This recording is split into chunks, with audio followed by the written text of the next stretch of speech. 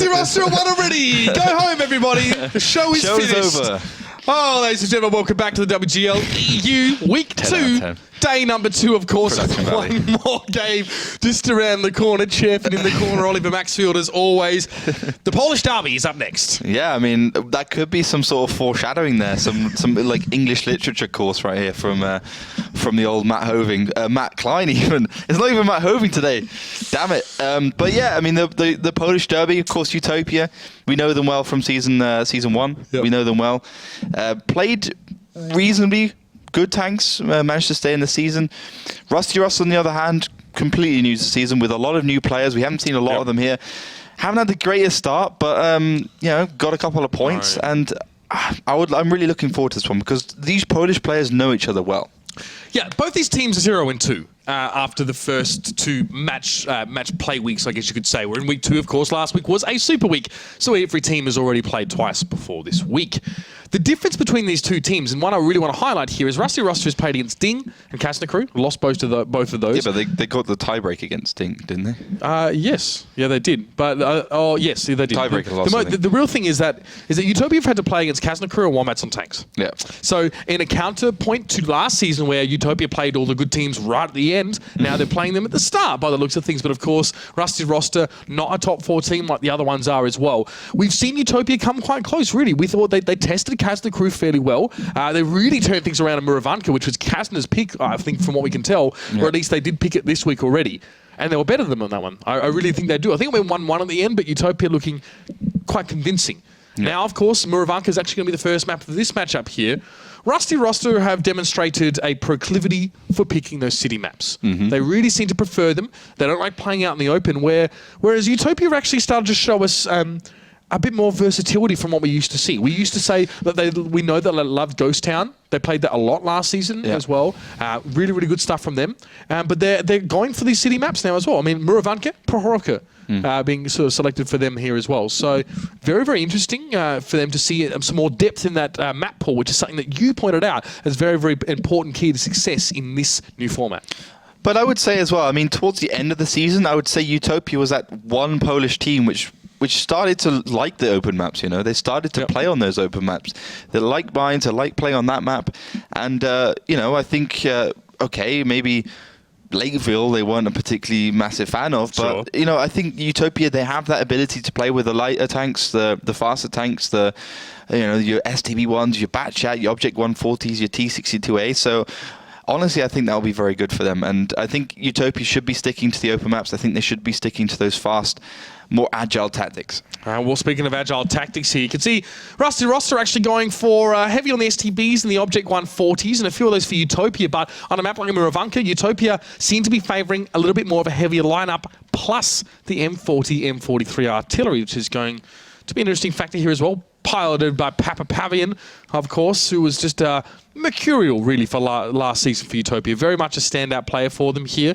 Utopia, being a team, hasn't changed much this last season as well. In fact, the only player they're sort of subbing in for this round, at least, is Forbidden. The rest of them, all present last season. Forbidden was there just towards the end. He was actually... That's right, yes. It was just a second half of the season kind of sub going into that team. And I don't think he had the greatest part of that season, but he played reasonably well.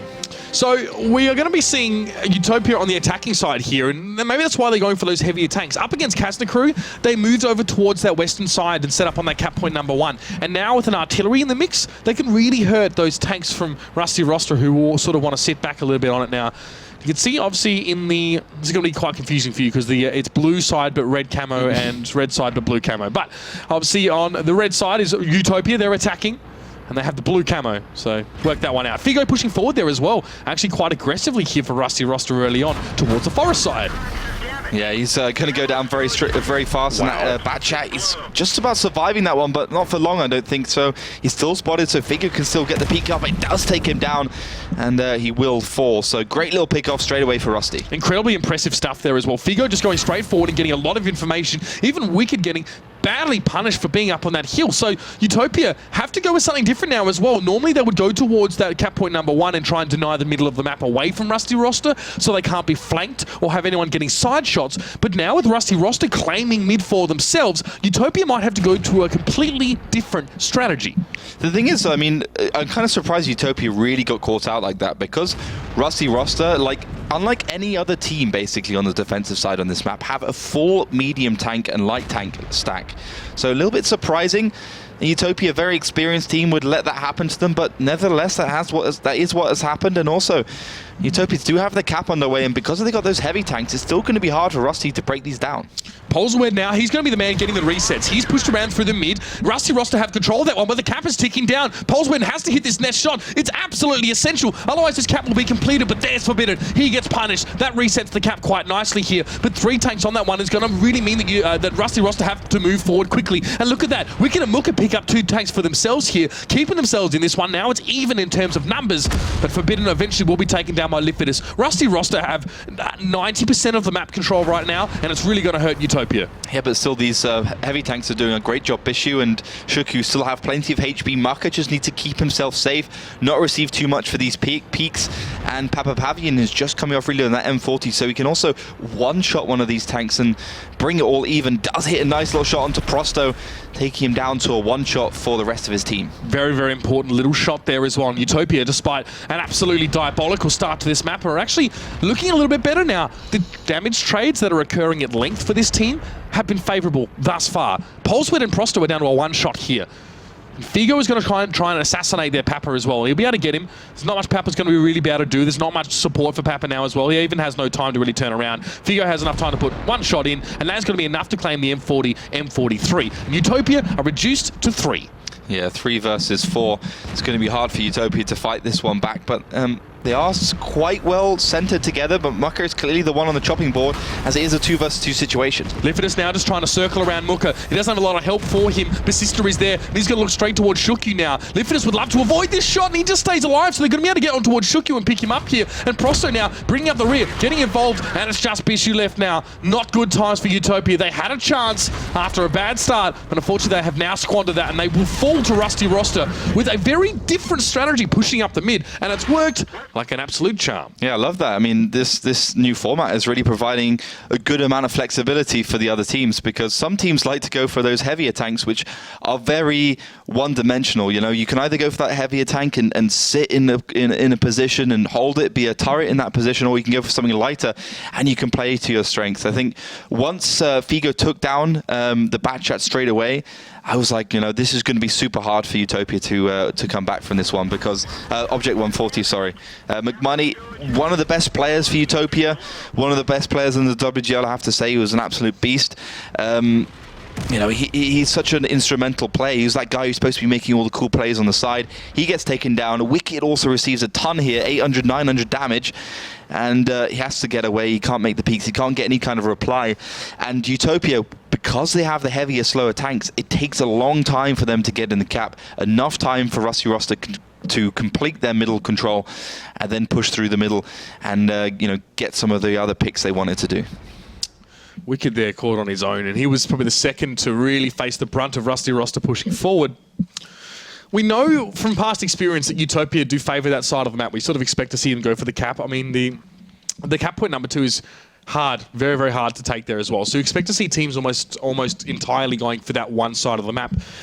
Yeah, Murovanka, interesting here as well. Utopia, you know, sort of boasting as their map, sort of coming into this feeling fairly confident here. But it seems like now that we've seen Rusty Roster go for this play up mid, it's a little bit flimsy strategy, really. If you can take that mid control and give yourself the ability to, you know, obviously there's 2 ridge lines separated by a small gap on that western side. Yep. If you can take control of mid, you can sort of see 80% of that cap. Yep. From across the map, and then if you need to go for more, you can always push a tank in and commit. So Utopia there, the strategy was completely countered by that. I can't think of a better way for Rusty Roster to have shut them down just purely on virtue of positioning. So I mean, you know, taking some of the wind out of Utopia's sails here. This is team in 11th place and in 12th place as well. So interesting now to see what happens. Rusty roster, similar lineup. In fact, no changes if I'm not mistaken here. And Utopia now, obviously, on the defensive side, they're going away from those heavier, heavy tanks. Exactly. They're moving away from the more static kind of lineup, and this is going to be interesting as well because, again, as I said, most of the defensive team has taken at least one T110 E5, perhaps two of them. So this is going to be, you know, maybe a Fast and Furious kind of setup for Utopia. And as you mentioned, you know, that EF line is the most important line on Murovanka. It almost always comes down to that kind of shootout there. And it's the same even when you're just playing in random battles, so you're playing in clan wars on this map. It's still all about that middle central area. We don't really see that Magic Forest being used too much. And of course, north and south is only really for the end game kind of situations. Utopia now, obviously on this... they're actually, okay, names are switched. That's the problem. So, yeah, that's fine. So Utopia are in red here, and Rusty Roster are actually in blue. So Utopia are defending here. Obviously in the red, again, to confuse you, because their camos are blue. Every team makes their own custom camos. Oh, wait a minute. No, I think they've got the wrong camos on as well. So there you go.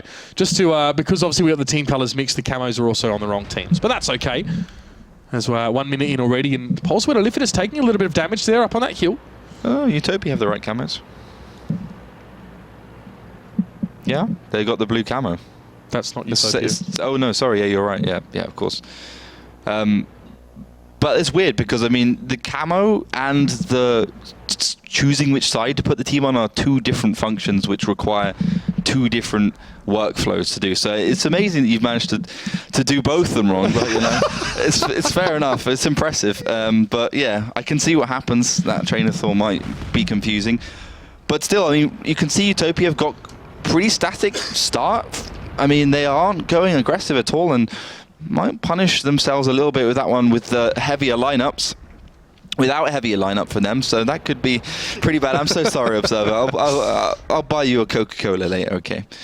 But you got to have a little bit of a bash. But you can see Rusty Roster now starting to traverse their way around the forest, through the Magic Forest, and looks like they want to go for a 2-cap. But of course, that AMX 3090 of Papa Pavian is sitting there, so he will be able to get that information, get that scout run relay back to his team pretty early on. I always feel like Utopia are holding back a bit. You know, like, imagine if they put Papa Pavian on a tier 10 or something like that. I don't know. I reckon that's a secret weapon to hold back. We'll have to see, though. Of course, as Rusty Roster have made their way into the forest and have actually sustained a lot of damage because they're lit. They were lit by Papa Pavian at 3090, and Pulseweed goes so low. These STBs... Oh, wait a minute. Are they shooting their teammate? They're shooting each other. Is there a reason for that? Oh, okay. I think his game crashed, so they're now shooting at him. That makes perfect sense. Right. Oh, now he's back. But it doesn't make any sense. Did they actually shoot him in the back? Oh, I can see what they... Oh, obviously, I mean, his game crashed. He had double R on, which means he's auto-driving forwards. Stop him from falling into the water. They had to stop him to fall in the water, which the STB-1 is not the best... most accurate tank on the move, so they probably had to land a couple of shells into the back of that STB-1. So that's some quick thinking there from Rusty Roster. I have to give it to them. That's just brilliant. Unfortunately, Pulseweed not only obviously by necessity has his tracks damaged, but is down to 509 points of health. It's kind of like a Robin Hood scenario as well. It's like, shoot the apple off my head, just shoot my track, not my and you've already almost killed me. Thanks, guys. Well, he's back in now anyway. Whether or not they proceed, I'd say they probably will proceed with this round regardless. I don't really know. No, yeah, they'll go with this one. So, well, how interesting. Prosto's lit here as well. You can see his name flashing yellow every now and then, so that means that he is actually visible to Utopia, or is lit, which also means that he knows that he's spotted, because he'll have the perk of 6 cents that you can train up on your crews. Most of the seasoned tankers watching now will know that that's pretty much the first perk you go for on your commander. It should be automatic because everyone uses it. Yeah. Should just be like a part of the game by now. So yeah, it sucks when you're grinding that tier 10, like you're grinding that crew and you don't have bulb. It's really annoying. That was World of Tanks was that was, you know, an interesting time when World of Tanks was actually really hard to play, when you had to play every single move, even more than now. like 3 or 4 steps ahead because you had no idea where the other team was because you couldn't get spotted, so you didn't know, oh, maybe I'm in like 400 meters of the other team. And you have no idea if the other team had spotted you and were just waiting until you put yourself even more at a disadvantageous position before they take you down. So that bulb has really changed the way the game is played. I think for the better because it's probably just a little bit faster than it was. But also I think all the players you see basically in the WGL, the really top players, all were part of that time when the bulb didn't exist. You can see that this is a double-prong attack from Utopia, from Rusty Roster. And we saw this actually in 754 in Season 5 quite a lot. Depends how fast they can actually take him down. They know this south push, how fast you can take the south push down, because you can keep the north at bay with just that SDB1. Well, that's the problem as well. You can also get minced by the tanks up on the hill as well, because you're generally going to be revealed, and you've got a fair way to be travelling here. So they're going to go towards Shukyu first and foremost here and hope to pick him up as soon as possible. A lot of Utopia's tanks, Utopia red guys, by the way. We do have the switch of colours. A lot of Utopia's tanks are up on that hill as well, so they'll be in a position to fire. Let's look for the yellow names, though. Let's see now when these pushing tanks of Rusty Roster are being spotted. Wicked's lit there by the tanks in the north, and they're on the push now. This is happening. Hype is real. Soche coming forward now, does take one shot. Wicked was lit already. Persistent's just going to be moving up behind him as well. Now, they had to take tanks out here. They need to actually land these shots on the move, but they're doing pretty well. A couple of shots towards the hill. Figo, though, went quite low as well. That's not good at all, as Pap has just been able to light all these tanks coming straight past him, and he's been able to get involved in the fight himself. Utopia looking very, very healthy. Rusty Roster looking a little bit worse for wear now, and they're going to push forward as well. Utopia, they're sick of sitting up on the hill. They're going to go towards Sochek and Persista. This is the correct response. They're going towards the part of Rusty Roster that has the less tanks. Only 3 tanks here as well, and they're all so low. And they can clean these guys up with maybe taking a maximum of 1 shot from each of them. Perfect scenario there for Utopia. And now Rusty Roster, well, they're all in the south, but they've lost their teammates in the north as well, and that lets Rusty Roster fight out of a pincer. If you're getting pincered as a team, just push for one of those arms of the pincer, break through them, and you've broken it overall quite successfully. Yeah, that's a classic World of Tanks move. It's one of the first things that a lot of these teams had to learn, that sometimes you just got to go for one of the arms and take it down. You'll find the other arm is a lot less effective. So Utopia trying to play around the top of that hill a little bit, just keep them at bay, and you can see Rusty Roster still trying to go for it. Decker does find down Polsved, so it's not such a close game, but Utopia obviously are a lot further ahead.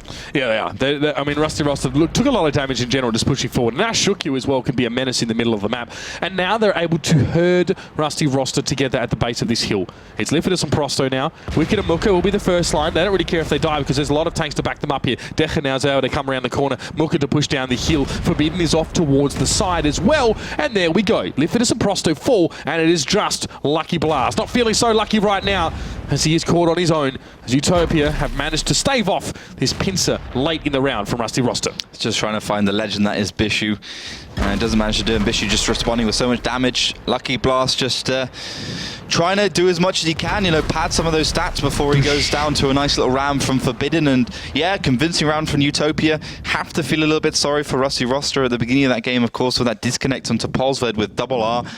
Don't use double R, kids. It can cause you some very, very bad pain, Don't play hands-free tanks when you're scrimming or playing important games. Just hold down the W key. If you keep that held down, it's the same.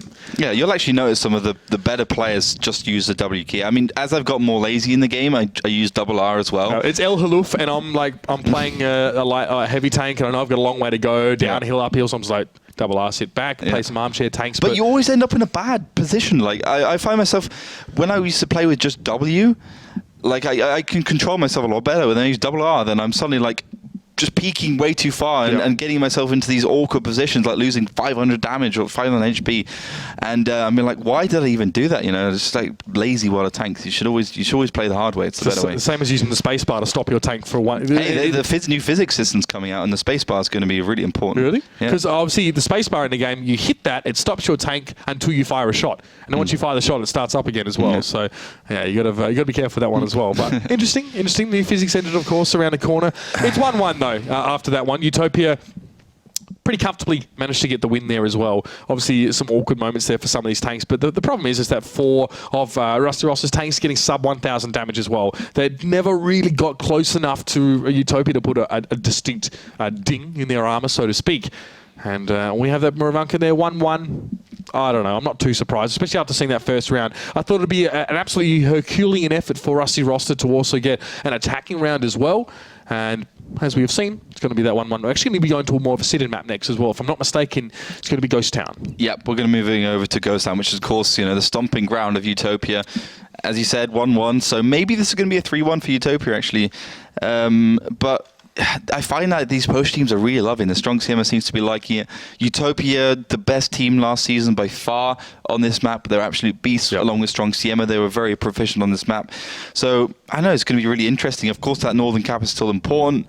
Not as important as it was last time as, I don't know, I just find that these tanks are just getting absolutely mashed down very quickly. We have artillery in the game. We have Waffentrager being put on hills. We have a lot of different kind of situations, and it seems to be more about the coordination with those heavy tanks. It's kind of like a medium brawl, a medium tank brawl, but a lot slower because they're heavier tanks. And sometimes the games are really slow on this map. Sometimes they're really fast. It's a bit of a strange one. There's no middle ground as well. No. I mean, it's either you're fighting head to head, all of your team and all of their team straight away. Or you sort of play around that a long time and just sort of see what you can create here. So Polswed having some issues as well. He's actually going to be subbed out of the lineup here for Rusty Roster. We do give teams a fairly strict time sort of constraint in between these games, so you have to spend less time looking at us and more time at the game. So we're going to be jumping in here, and it looks like Polswed will be replaced by Doric from Rusty Roster. Yeah, we've seen him once before, I believe. Obviously, not enough to really put a finger on him, say, okay, how is he as a player? How is he playing? What's his individual talent? What's his weakness, etc. But I think we'll have a good opportunity here. It's definitely a great time for him to show that he's a valuable member of Rusty Roster. A new team after all, and he can take over what is a very experienced player. Polsved has been in the Evil Pounder squad. He's been in that legendary lineup before, so it'll be great if he can do that. As you can see the lineup start. Ghost Town, as you saw, FET-15Bs, E100s, IS-7s, IS-4s, AMX-50Bs. So those are the kind of tanks the teams will be favouring. Interesting, actually, to see that, a lot of E100s here for Rusty Roster, and only the one for Utopia, favouring the 215Bs and the T110E5. So we have to see now how that sort of brawl evolves, as everything is correct now, guys. So obviously Utopia are on the blue side with the blue camo. Smiley face for the observers. Of course, for Maya and Magus, if you remember Magus from TCM, they're our observers here. So if you love their work, do give them a shout out. We do like to rag them a fair bit, so it's kind of nice to even the ledger sometimes. Yeah, I mean, they really have the control. That's the problem. We literally have we can't do anything. That's the main issue here. But I really think this is going to be Utopia's game. I mean, I think they're just the better team on this map, but it's going to be still a hard, long slog. They are even Stevens, and I think Rusty Roster didn't really show us much in that attacking round on Murovanka because they had that unfortunate situation with Polsved at the beginning, so they might have something up their sleeves here. Prosto is going to see Papa crossing by, and he won't make the shot. So I think he actually already put one shot in towards him. Wouldn't have the reload for that last shot, I don't think. So, I mean, Utopia pushed forward early, and they found not a lot. So they kind of know that they kind of knew that Rusty Roster would be pushing around on this side. Right now, it's the damage trades that are really important. You can see that Utopia aren't committed to this fight so much. So they're just back and forth, shooting around the corners. Lucky Blast takes a bit of damage. They're setting themselves up here for the late round. Yeah, for sure. They are going for it. But damage has gone to those FET-15Bs. Rusty Roster are pretty even Steven with Utopia, just 200 HP between Desha, though, going against Figo, who he knows will probably, or maybe will bounce one or two shells, or at least come off reload. But there's Basista, the team captain for Rusty Roster, in the background. The big brother comes and helps out his younger sibling and cripples Desha now down towards a one-shot. Biting off a little bit more than he can chew on that 110E5, and he probably wants one more shot before he goes. He knows he will go eventually. Lucky actually to get away with that cheeky little poke around the corner and shot in. He might just back off and try and quit while he's ahead there now. Was damaged a lot going over towards those Utopia players here. Shukyu and Desha specifically are very, very low. It's going to make him that much harder for them to try and retake this capture point when the time comes, especially with Rusty Roster to have most of their forces there ready to go. And they might even just hold this corner. I thought they might push forward for a second, Ollie, but it doesn't seem like it. Well, this is what I'm kind of confused about. I mean, Utopia have that T-54 lightweight on that western flank, which can basically turn the turrets of Rusty Roster to the wrong direction, but they don't seem to be utilizing that, and that's given Rusty Roster the window they need to push in. And they are going to push in now. Finally, Bishu now getting a focus down pretty heavily. Prosto, though, at least dropped before he goes down here. But there's Figo as well. Wicked will be blown up, and it's Rusty Roster with a heck of a lot of tanks to be coming forward with here. We said that this was a stomping ground for Utopia, but right now it doesn't look like familiar territory to them at all. Looks like they're in no man's land right now, or no tanks land, as that's pretty much going to be the story for their roster in a second. Only Forbidden and Muka are standing, and they won't be for too much longer if Rusty Roster decide to bring down the hammer. No, it's 6 versus 2. Those two are together, so they might be able to do a little bit more damage before they go out, but they don't have the line of sight on each other, and it will be Muka to fall, the legend from Utopia, and Forbidden left in the E100 against 6. To be honest, I mean, 3 of them are one-shots. Lucky Blast is a one-shot for a lot of those tanks on that lineup as well. I mean, the E100 can take him down easily in one shot. Doric is also one-shot for an E100.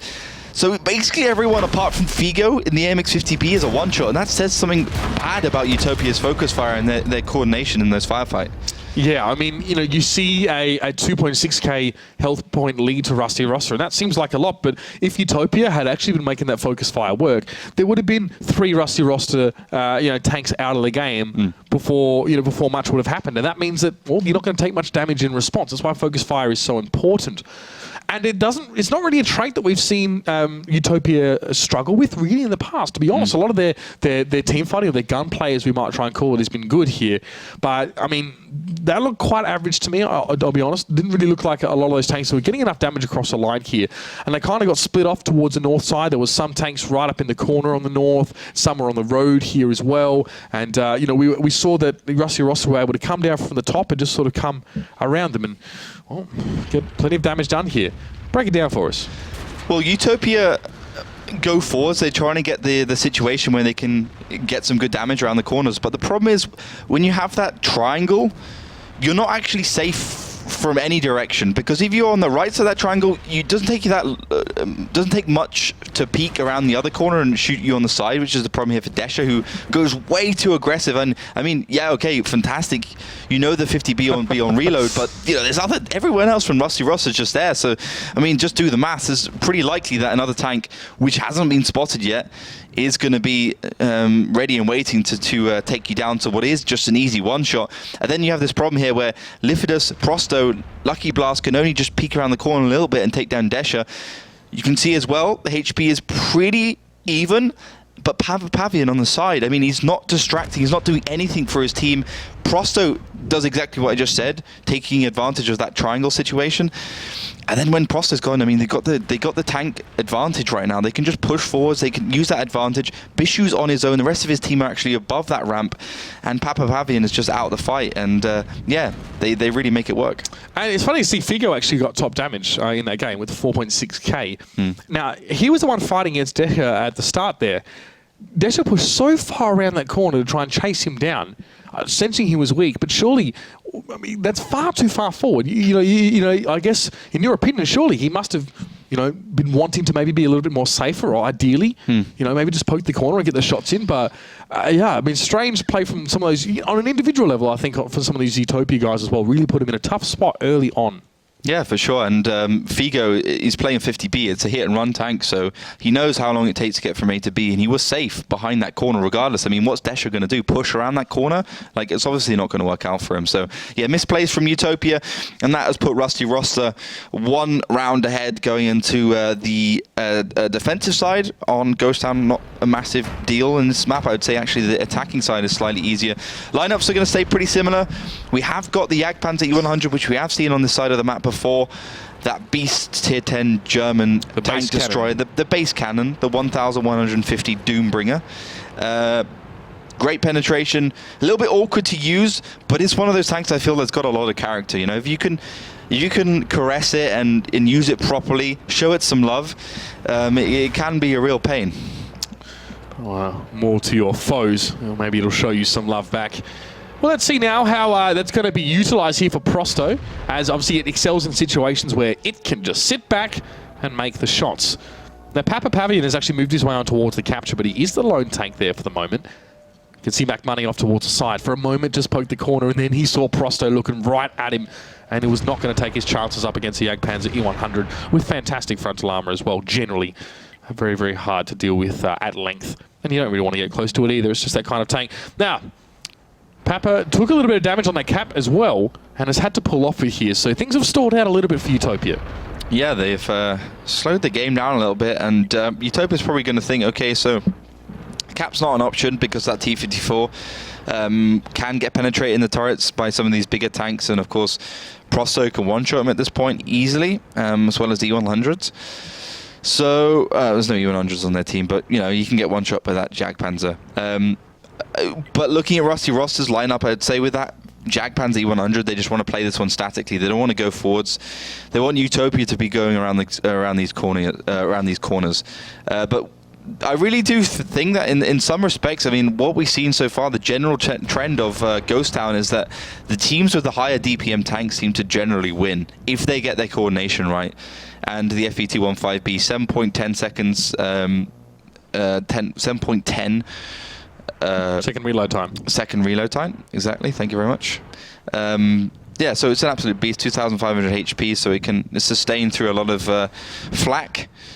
It can really start to melt some of those bigger tank destroyers down very easily, but it seems like a slower game. I mean, Utopia may be struggling to think of what they really want to do. Perhaps looking for an opener from Papa Pavian, see if he can find any kind of early damage here, but Shuku's the one who's receiving it right now.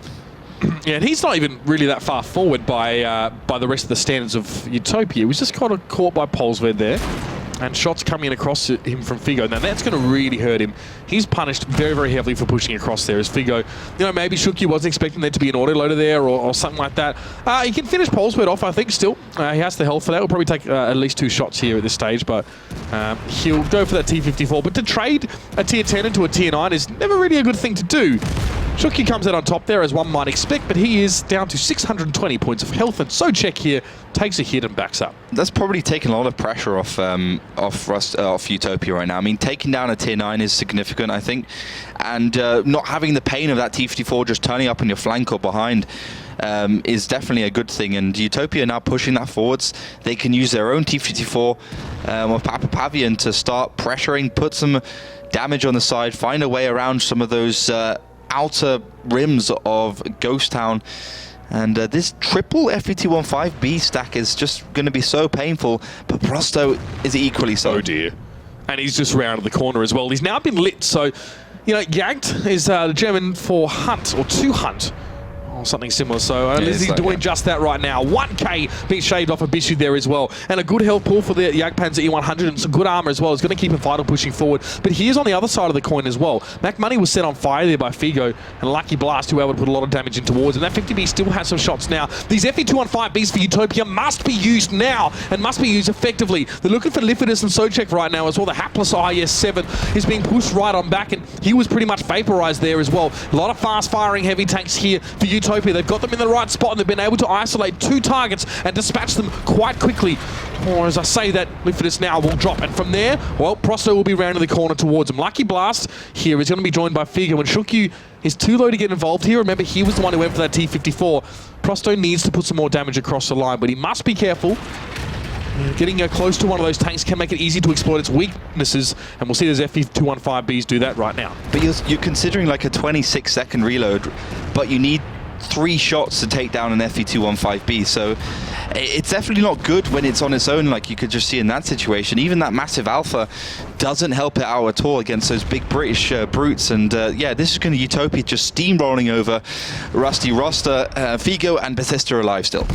And Bethesda will drop now as well. And a word about the Jagdpanzer E100 before we see the end of this one here. I mean, his DPM is still good, of course. I mean, you can still make almost 3 shots a minute with 1150 average damage. The problem is that sometimes you need that damage in a pinch. Yeah. And when you're going up against fast-firing tanks, you need to get rid of at least one of those tanks already. You know, the Jagdpanzer E100 never wants to work from the front line, always just wants to try and do consistent damage and actually have breathing room you deny him that, Yeah. and he's a non-factor. It's the same with artillery. It's the same with Jagdpanzer, tank destroyer, E100. You always need support from your team. I mean, you do 1,000 damage off the marker, then you need the AMX-50B in the background to do that other 1.5K, which is ideal for. So, yeah, I mean, it did okay here, 2,000. That's 2 shells. I mean, slightly below average, but it's good enough. I think it's 1,050, actually, not 1,150. Slips my mind because it was changed at some point. But yeah, I mean, when you consider Wicked did 3,072, Forbidden did 2,700 in those 2 FE215Bs, and McMoney even below that with 2.2K. So those 3 British tier 10 tanks really were the ones who carried the weight for Utopia. They definitely earned their stripes in that one here as well. And this match proceeding in a little bit of a different fashion than we maybe expected to see. It's back and forth, tit for tat, 2 for 2, and our next map is actually going to be Ruinberg. So it's now going to be 3-3. 3-3. Well, we expect that. Well, anyway. it's like I said that last time when we had Lauren, and yeah, it was Kazakh crew, and they just wiped the floor and managed to win both rounds on Ruinberg. Well, I think conversely, that actually happened to... Was it Kazakh crew that got beaten 0-2 on Ruinberg? Yeah, I think it was against Penta. Maybe. No, it hasn't happened. I know Wombat's got lost 0-2 against, I think, Utopia? Yeah, and that's right. Utopia actually had a mouse on that one at one point in the north. That was one time we've seen it. Yeah, so Ruinberg was 0-2 for Utopia. So... maybe a possibility, but we were sitting there and we definitely chalked that win for Utopia down to big mistakes being made there by Wombats on tanks. It was less Utopia being great, which they were overall in those first few, but more Wombats on tanks being quite bad. Yeah, so I think we can safely say that. They did actually go on to win the actual match, proving that, in this format, you can't just win one map, despite the fact that it gives you a massive advantage. But yeah, Utopia bringing on the mouse again. Obviously, it's going to be put into A8. It's going to be basically an immovable object, a piece of scenery, a house in that position, just to basically block off Rusty Roster from going up north. But Rusty with so many IS-7s, I mean, 4 IS-7s, that's more than we've seen on this map, I think, ever. So that assault beast, that Russian assault beast is going to be probably going over to cap number 2 straight off the bat. Well, you might be right there, Oliver. We'll have to find out one way or another now is Rusty Roster have to start on the attacking side here as well. And they don't even bother with the north. I think they know exactly what a mouse does mean and not even going to try and try their chances against it. Now, on the move, an IS-7 can definitely bounce a few shots, and you're seeing that now. An RU-251, though, not as well armored. And that was a shot coming from the mouse, actually, from the side. And the IS-7s, none of those shots connect on towards the mouse at all. So no real damage done to the big tier 10s here at this stage. But you see Rusty Roster now going to head over towards the cap. A little bit of a different angle that they're coming from here as well. And Rusty Roster now quickly have to scurry to get positions. Yeah, I like this move from Rusty Roster, though. And it is definitely a common tactic these days in 768. You send your faster tanks down south, and you send your more well-armored beasts of the tanks through the middle. Which means that if the other team peeks out in the village, your southern tanks will be able to get good shots onto them. And if they don't peek, then your big tanks will be able to get control over the middle. So it's worked out well, but of course, the defending team still will have the advantages around the corners. I find this quite strange, actually, what Rusty Roster are trying to do, but they're still going to try and make a fight of it. Mooka, though, takes at least 3 hits there from those IS-7s, and even Papa now trying to get involved, but his side armor is not angled at all on the hub. You can see it's sheer, and so Figo is going to get free damage in towards the side of that mouse now as well, and Papa can only really just move back and forth here as well. He's got the focus from 2 different directions, and the Rusty Roster are able to put some pain towards him, but he's soaking up a lot of damage. 3k HP the mouse has as well. So, providing that, Utopia are doing some damage outside of Papa getting hammered, then is worthwhile. Figo now finally takes a hit. The mouse does fall. The big hulk that it is. Basista was the one to pick that one up here. Health in the favor of Utopia, but quite a long shot here. They're looking comfortable on defense. Yeah, that mouse did its job. It stayed alive for quite a long time. I think it probably bounced about 1.5, 2k HP, which is great. And Utopia still have the better positions in that village. They've also got the T-54 lightweight, in that eastern village. They've still got control of the south there with Desher in the Object 140, so he can find Polsved when he does get the reload, which he indeed does. And it is just going to be Figo, Basista, and Socek left now. McMoney is being aggressed onto by Basista, but the man was out of bullets. And here's drops to Shukyu. Figure was in the open as well, and you can see that Utopia still have position. They actually haven't been shifted from that village at all. And from there, they can just fire now on towards Figure, who is reloaded, but he's not going to have the chance to use all of those shells. I'd be surprised if he did. He's down to a one-shot now. He's going to have to go around the corner. Socek as well has been caught by Desha. You can see him pushing off of that hill towards him, and that will be a very, very quick engagement as well. So Utopia, I'd have to say, Oliver, it's a convincing win for them here in this first round. Yeah, this is very convincing. 3,500 HP. It's not the biggest win in the world on the defensive side, but I think considering the lineup was pretty good from Rusty Roster, their idea was pretty good as well. Yep. You know, it was a good round for Utopia. I thought they played patiently. The 50B wasn't going aggressive when it was on reload. Desha keeping his cool from the side and the back, knowing that as long as Papa Pavian stays alive long enough, he will be able to do more damage than the loss of a mouse equals. Yeah. And let's talk about the mouse for just a second here as well, because obviously it has 3k hit points and it also managed to block 2.5k damage with its armor. Yeah. So that's 5.5k damage taken overall, or potential damage taken. Yeah. That's 2 tier 10s worth. So Papa has literally been 2 tier 10s worth of damage that has been soaked up or otherwise rendered useless. It's almost like having an extra tank on your team. He even did a 1k damage, but he took 12 hits from his opposition as well. So soaking up a heck of a lot, especially those slower firing IS-7s as well. That's a lot of time. 12 shots is. That's, from 4 of them. Obviously, it's 3 each. I mean, it's simple mathematics as well, but purely soaking up damage here as well, he's been very, very important for his team. It's really annoying as well because Utopia knows, well, Rusty Rossa knows that this mouse is not particularly, it's not like what they need to be getting control of. It's like a side objective they need to take care of before they can actually do what will win the game, which is taking that Eastern Village, getting the fights towards Desha, getting the fights towards the IS-7s and the FE215Bs. But they got to take care of this massive Goliath of a tank in the middle of the map first, which is really annoying, and obviously it costs them a lot of damage. But Desha, 3,500 damage in the Object 140 with 4 kills to his name.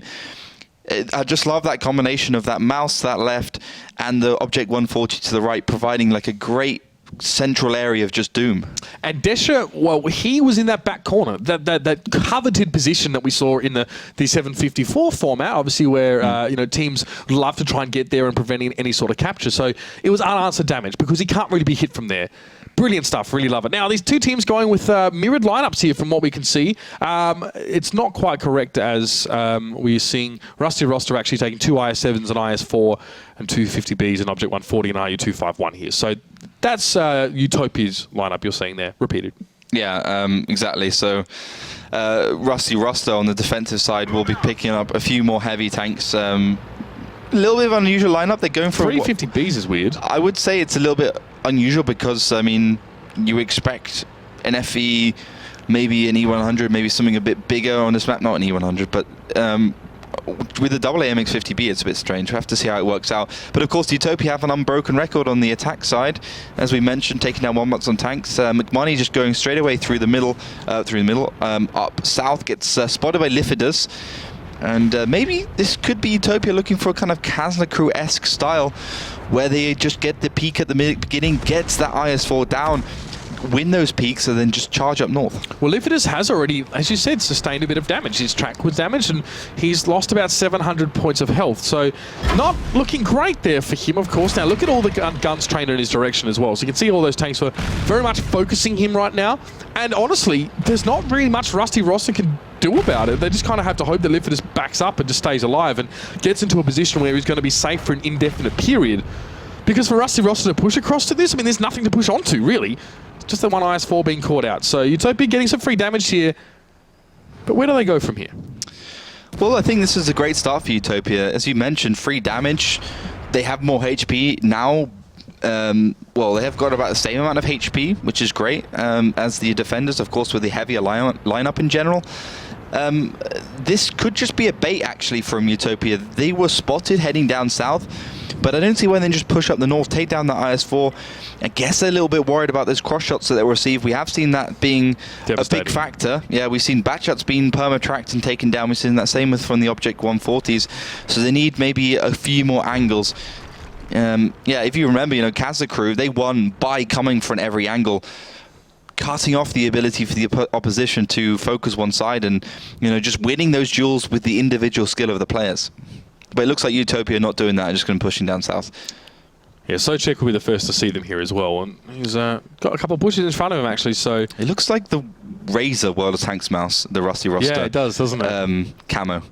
Yeah, the Goliath that's got all the orange and stuff on it. I think they should really sponsor. Oh, direct. I don't think Socek's going to be sponsored anytime soon. But I think Razor should sponsor Rusty roster for that camo. Yeah, it's pretty cool. I like it. We'll see. But regardless, Socek is eliminated quite quickly there as well. That was blind shots, wasn't it?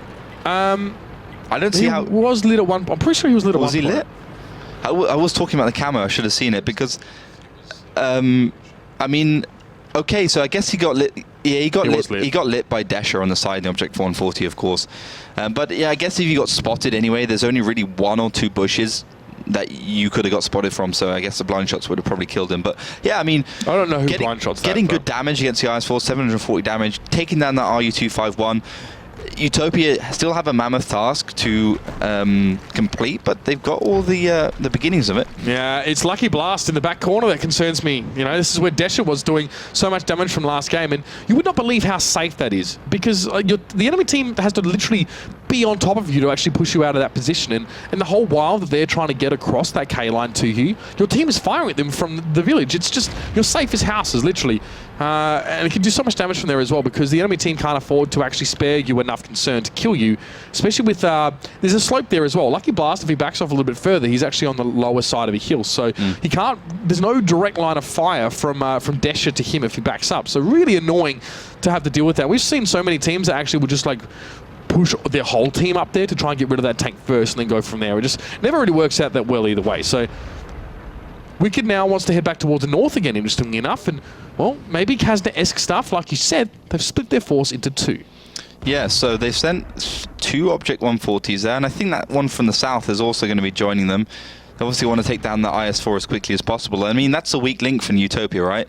I'm just going to be looking towards what those 50Bs and the T-54 lightweight do. See exactly what they can do. You can see McMoney is heading towards the middle and maybe just trying to get himself spotted. So Rusty Roster thinks that McMoney is just going to be sitting there, and the rest of the lighter tanks, the medium tanks, will be sitting there as well. So triple Object 140 push up in the north onto the IS-4. Surely, I mean, the IS-4 is going to be able to bounce a bit against that heat ammo. That's what it does best. But still, I mean, because the IS-4 received a lot, yeah, it's going to be hard. He does get lit up straight away, so Lividus probably might even receive one here. Remember, that heat ammo doesn't go through objects. It actually just explodes on the impact. On impact on the walls, unlike APCR, which just goes straight through them. Okay, so coming from 2 directions now as well. Utopia pushing in the north, and they're hoping that this force in the middle can distract those tanks on the eastern village enough that Lividus is going to get picked up, and he does. Perfect stuff from them. It's the first time I've really seen that executed properly. I mean, like you said, like Castor come from different directions, and now, well, the north, Utopia are the kings. They have control of that cap point number 1 as well, and it's just such beautiful play. And from a defensive team now to actually have any control over this without a tank in the north, so hard. And they've got those 50Bs as well to deal with. So maybe one at a time they're going to go for it. But Pulsewetter's out so far in front of his team here, but at least there's plenty of shots coming in. If these 50Bs get taken out quickly enough, then there's a chance for Rusty Roster to transition north. But that cap is ticking down very, very fast. Very nice kill, and you can see Rusty Roster a little bit out of ideas. The IS-7 going down has probably stopped them in their tracks. The 50B trying to make some shots across, but it's just getting locked down by Shuku. It's getting locked down by the Object 140s as well. Beautiful stuff. Persister is down to a 1-shot as well. And Utopia, it's just poetry in motion from these guys. A perfect tactic executed perfectly as well. This cap is going to be complete. Figo cannot see any of those tanks on there as well. He's being harassed already. And Utopia, still an unbroken record on Ruinberg. And they've taken this map that we thought would just be a default 1-1 every time, and they've showed us that it's probably like 50-50 now, right? Yeah, I mean, like they've showed us a truly good team can actually get a win there as well. I mean, yeah. I'm very impressed. Yeah, a truly good team who knew what they want to do, and more importantly, were very patient. I mean, there was a lot of errors from Rusty Ross. I mean, Lividus, he shouldn't have got taken down straight away, like 750 damage, and then he peaked against the Object 140s, who have got a better camo value than the IS-4, and he was actually not in the bush, so he didn't get that camo from the bush either. So he got like 600-700 damage. He tried to reverse back, and he got taken down before he went into the houses. Papa made a bit of a mistake pushing forwards, receiving 1,177, but it was too late by then. And then you had a little bit of a knee-jerk reaction from Rusty Russell with the IS-7s pushing down, trying to take care of the 50Bs, which is just a bad idea because three of them, much firepower. Two of them will take one IS-7 down before he's even had a chance to reload twice. That is a disgusting amount of damage that it can really put out in a very short space of time. So you can see there, Lifidus just getting chunked down. The camera cuts to him, I think, just as he falls. And, peeking into that. It's very strange. And Utopia now, they've opened things up. And this is the push now from Rusty Roster in response. It's a little bit frustrating from Lifidus because, I mean, the IS-4 is not good frontally, right? It's got pretty weak frontal armor. It's good in two situations. Side scraping, reverse side scraping, I guess three situations, hull down position. So he just played that position completely wrong. Yep. Didn't really play to any of the strength of that tank, I guess, is what you're trying to say. I mean, yeah. I mean, Prosto, the top damage dealer here for Rusty Roster with about 1,500. Now, it's a crushing defeat on Ruinberg to lose, the defensive side as well. And that might be the straw that breaks the camel's back here for Rusty Roster guys. Now, we're going to be heading onto an open map for our last map here as well. So we've had our two city ones. It's Prokhorovka to finish things up. I mean, Utopia looking really, really good. In the same way that Synergy were earlier tonight on Himmelsdorf, I'm just seeing some really, really good strategies come out for them. Ones that actually work, not ones that on paper look good, providing that your opponent messes up in every way possible, but ones that actually, if you execute correctly, there's almost no correct response. I mean, yes, Lifidus did poke out into that one as well. Yeah. I think it could have been closer, but I don't know. Don't know at all. I mean, this is Sochet getting wrecked as well. So he's lit. I did ask the observers if he was actually lit before that, and you can see his name went yellow there as well. It was probably Bishu that lit him up. Yeah. So even Deco, it was Deco probably from the back, yeah. Because look, he's in the Object 140 right down south, and he's got like a good little space between the bushes where he can spot straight into the side. It was Deco. You can see Deco being lit on the mini-map. I can see that in the bottom corner. How to get wrecked. 101. Anyway, so we're going to be moving now on to Prokhorovka. Of course, it could be the last map of the night. I mean, it is match point coming up here for Utopia in quite a dominating fashion here, of course. So you've seen it before, of course, a few times, guys. Eastern and Western capture points there and a train line in the middle, which a lot of teams usually fight over. Those caps, don't worry about them too much. It seems that teams usually prefer to fight head-to-head, or at least take one side each of the train line and try and get cute fighting over that one here as well, Ollie. I mean, lineups here for you. Anything stand out to you? Anything surprising? Double T110E5, a little bit slow there from Rusty Roster, but I guess if they're trying to play towards that middle, which they seem to be doing, that hold down tank is going to be fantastic. But I wouldn't be too impressed with Utopia on this map. They lost twice to Kaza crew and 1-1 against one monster tanks who played this map pretty badly. So let's see if they've improved themselves. They've had some chance to, and I would say they've got some good positions. We've seen this tactic before today, but Papa Pavian just going for a little bit of a peek.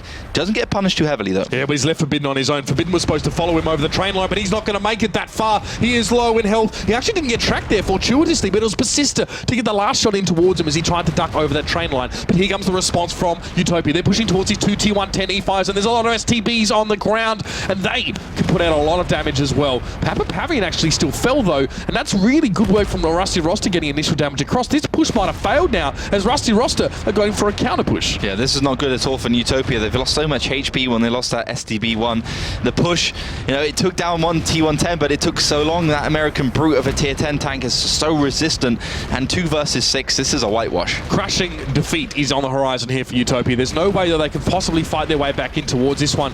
Bishu's going to drop there, and it's just going to be Mac Money on the RU251. Rams for everyone. Bishu will fall. And Rusty Roster with one of the biggest leads we've actually seen, to be honest, coming out of a map there. 7.4k health. Not even getting halfway down to 0. Where was that earlier on tonight? I know, but this is the thing. I mean, Utopia have played every single round methodically, and then you have a situation where you have to think on the fly. You have to make those instant decisions, and they just fall apart. They just got absolutely destroyed. I mean, immediately you saw that STB1. Papa Pavian, the guy who was in Season 1, put in the smaller tanks, and usually the guy in the smaller tanks is the guy who isn't, be able to do those damage, get into those better positions. You always put your weaker link in the smaller tank. It makes total sense.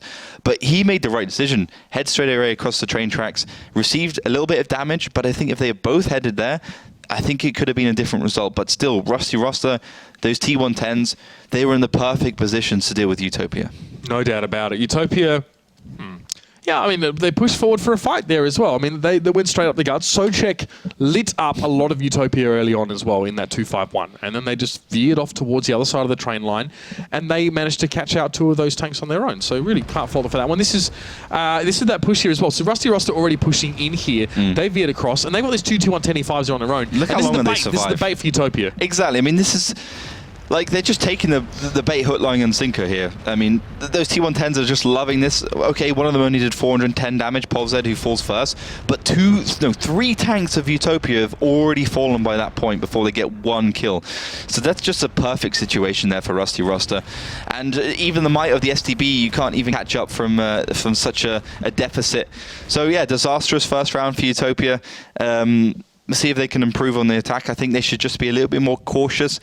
And just remember, okay, Rusty Roster have had a rough match so far, but they can still come back. And if you leave 2 STBs on their own, unsupported, they will be able to find them, take them down. Yep, and that's all it took, really. When you got a map like this one, which is more of a brawl-focused map, you can get those overmatches, then you're going to be looking very, very good, getting those 2 tanks off the plate already.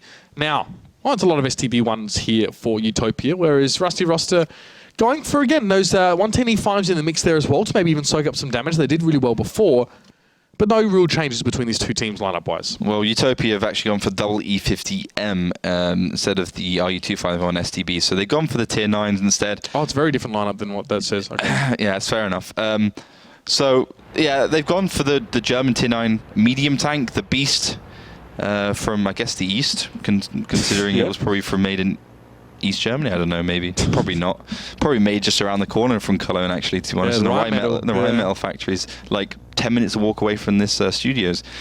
So, I mean, that tank, brilliant frontal damage, good armor, can bounce a lot. Obviously, ramming as well can be used on that tank, unlike a lot of them, which is not the main reason, and it's a fantastic sniper.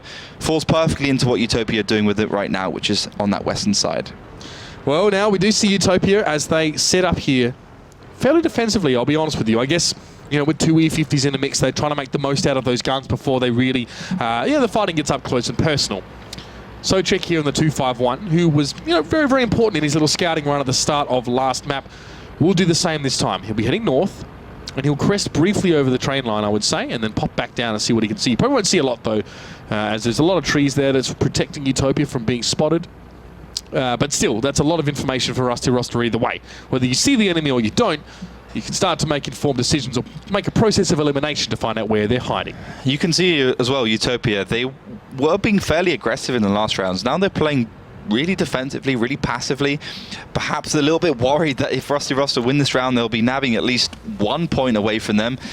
And that could be playing into their minds in a negative way. Sometimes you just need to be playing the kind of style you're playing the whole match all along and just go forwards, make it work. As Pavian just takes 824, and Utopia do go aggressive, but of course those T110s, they can shoot through those spaces between the railroads. Oh, they're having such a good time of it as well. The gun depression, it's a feature that a lot of American tanks, heavies mostly, are known for, and they're just using it so well. Perfect situation, strong turrets, it's just free damage. It really, really is. The Z50s now have been forced to make up some ground and push across here. Utopia looking a little bit average right now. Persistor is tracked up there. He's able to repair that quickly and back on down. The IS-7s do hit quite hard. There's Lucky Blast and Wicked on either side of that train track here as well. I mean, gun depression is definitely favouring Rusty Roster right now as well, and that might be the big factor. Yeah, I mean, those E50s, as all German tanks as well, have no gun depression what to speak of.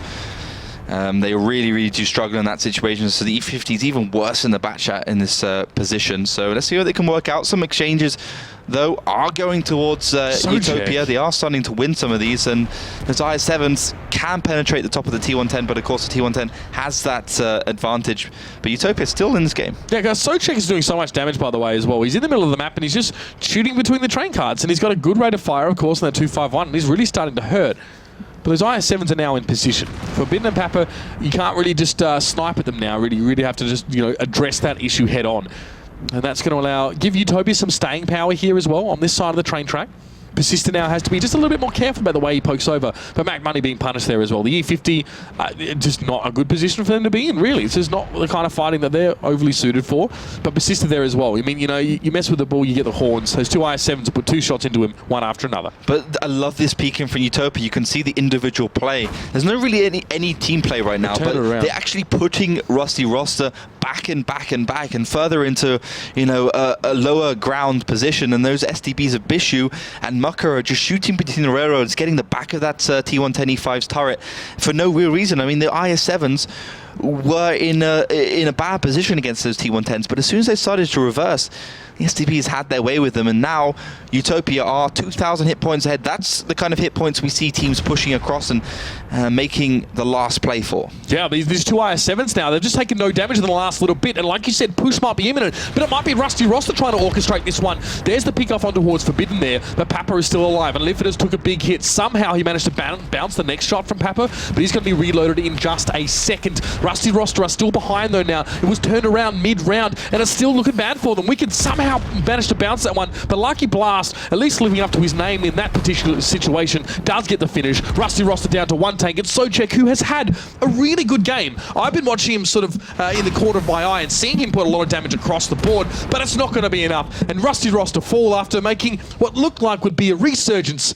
It's going to be UTOPIA to take the series 5-3. Yeah, I mean, Rusty Roster just got stuck in their place, to be honest. I mean, they were just sitting there. They were just losing the peaks. UTOPIA were finding angles. They were making Rusty turn their turrets into a bad position. And the other tank would peek and get a shot against them. And then they would do the other thing the other side. And it just went back and forwards. And those IS-7s, for some reason, were pressuring those T110s so much. The T110s were forced to shoot the top of the IS-7's frontal arm, which is, of course, the strongest part of the IS-7.